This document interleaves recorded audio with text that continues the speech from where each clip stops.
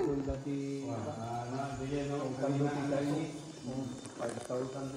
Mestro, hi kami na, Mestro. Hi, Kamortal. Ala, narration ka.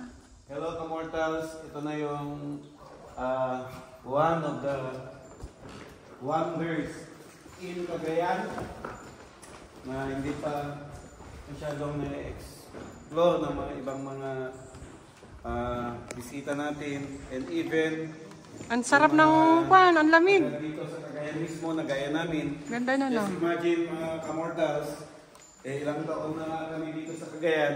Ngayon lang namin napuntahan nakita. ito. And this is one of the wonders. Tignan mo, the formation. Oh, Jirac formation na, oh.